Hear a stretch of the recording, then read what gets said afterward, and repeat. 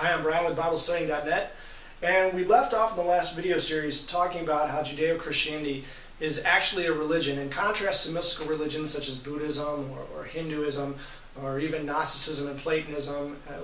Those religions are based upon mysticism and a subjective approach to knowledge. But in Judeo-Christianity, we said that actually it's evidence and reason, an objective approach to knowledge, that are the basis of our understanding of God and the basis of our understanding of morality.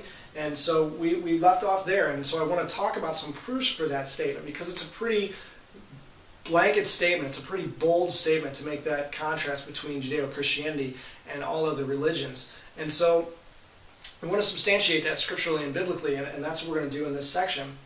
And we're going to start with the very earliest case. We're going to look at Adam. In Genesis chapter 1 and chapter 2, we find the account of the creation of mankind. Now, based upon some of the details, some people have supposed that what we have here in chapter 1 and chapter 2 of Genesis is actually two distinct creation accounts included in the text, that both of them were put together even though they're different versions that seem to contrast. And the reason for that is the idea that in Genesis chapter 1 you have the animals created first on day 6, and then Adam and Eve are created after the animals. Yet in Genesis chapter 2 it seems that Adam is created and then God creates animals afterwards.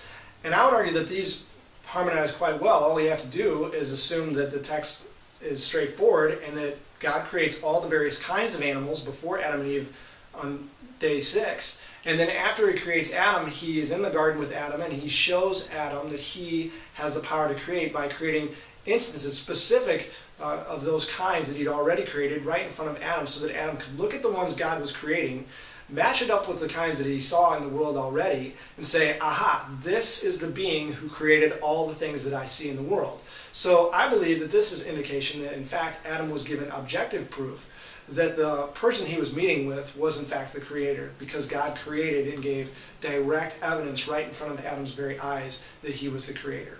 And so that's an indication from Adam from the very beginning. In fact, I think it's if you want to harmonize those two accounts, you have to conclude that God went out of his way to create right in front of Adam's very eyes. So why would he do that? Other than to show Adam that he was who he says he was. He wasn't asking Adam to believe that he was the creator based upon no evidence whatsoever or blind faith.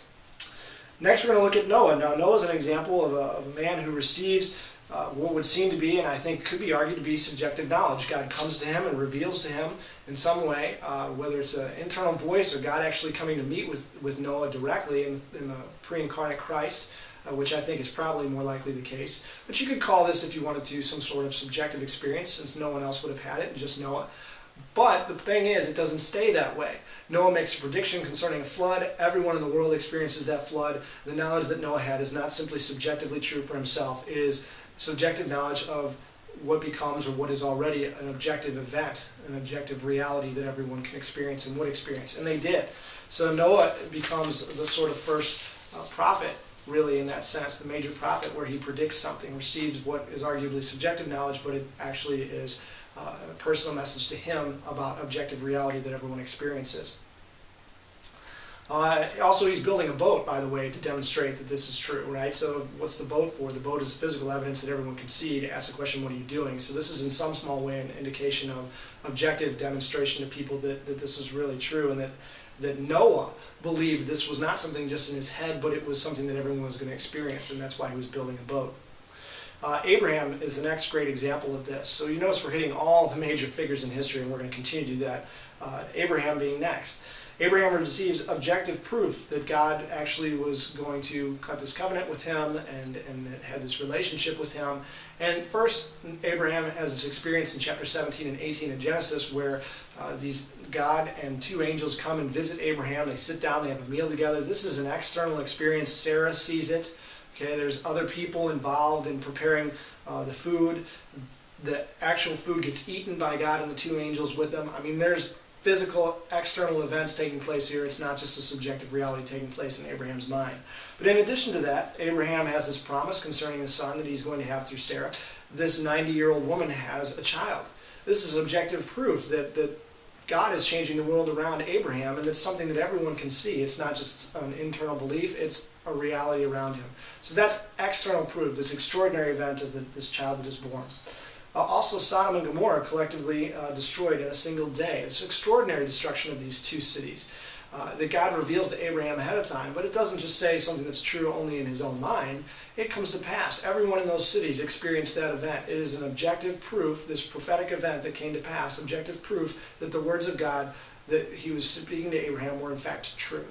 So we have all these testimonies recorded for us down to the time of Abraham of these things that were externally true, that came to pass for everyone, that were objectively available and universally available to everyone.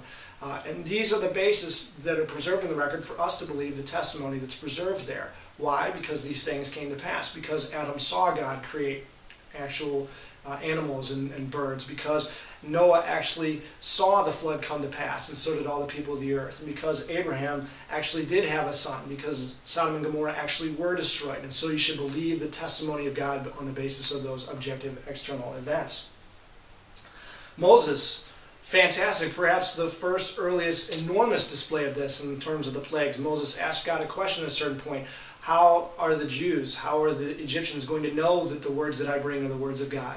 And the answer is the plagues. God gives him those specifically so that everyone would know that the words that Moses spoke were not just his own ideas and existing only in Moses' mind, that it wasn't simply a matter of subjective truth that Moses came with, but objective reality is what he pointed to demonstrate that the theology he carried with him back to Egypt was true.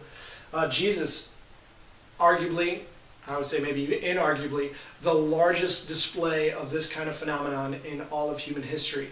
Over and over again, the New Testament and the Gospels points to, and also outside the Gospels, points to the enormous amount of supernatural works Jesus did. So Jesus himself appeals to these things as an objective basis for people to believe the words he said. So it wasn't just believe if it speaks to your heart, or believe, if this is what you feel is right and it seems to you to be correct internally, as if some light went on. Jesus was saying, look, believe the miracles. These are objective testimony. He appeals to that. He says, if you believe for no other reason, if you can't just hear what I'm saying and think about it and it makes sense and you realize through reason that what I'm saying is true, at least look at the objective proof of the miracles themselves. And if you don't, you're going to be condemned on the basis of that. An extraordinary demonstration of objective proof being offered for the theology that God was presenting to the world. Never accompanied without extraordinary proof, objective proof. It's not the way God does it. With the apostles of Jesus Christ, of course, an extension of the same thing. They performed miracles to demonstrate that the information they were giving was correct and that everyone should believe it.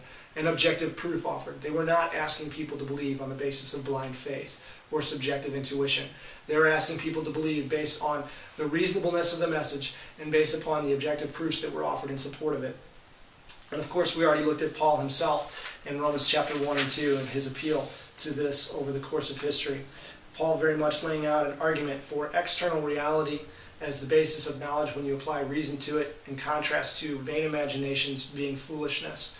So there is a presentation over the course from Adam all the way to the New Testament with Jesus and the apostles of Paul of an objective approach that God always corroborates whatever he's revealing through objective evidence that everyone can have access to, that they would apply reason to that evidence and conclude that God's truth is in fact God's truth, and it's true for everyone. And those who don't believe that, who reject that, suffer consequences, such as Adam, who ends up effectively disobeying the command, directly disobeying the command of God, even though he knew that this was a creator. Noah, who told people about the flood, but if they didn't believe, they were destroyed. Sodom and Gomorrah, the same thing. The Egyptians under Moses, who rejected his proofs that he offered. And of course, all the people of Jesus' own day who rejected his teaching and rejected his proofs that he offered for that teaching. There's always consequences to people who do not look at the objective evidence offered by God and believe the message by reasoning correctly from that evidence. That is the presentation we see consistently from the Old and New Testament with every major figure of the Bible. And so, again, I say with very, very strong words here, that Judeo-Christianity is a religion where it's not blind faith. It's reasonable faith based upon evidence, not on intuition, not on mysticism, not on some sort of subjective internal experience that you have with direct, immediate knowledge. It is based upon objective evidence and reason to conclude the truth about God. And so we'll stop there and we'll come back in a second, continue a little bit more in the study.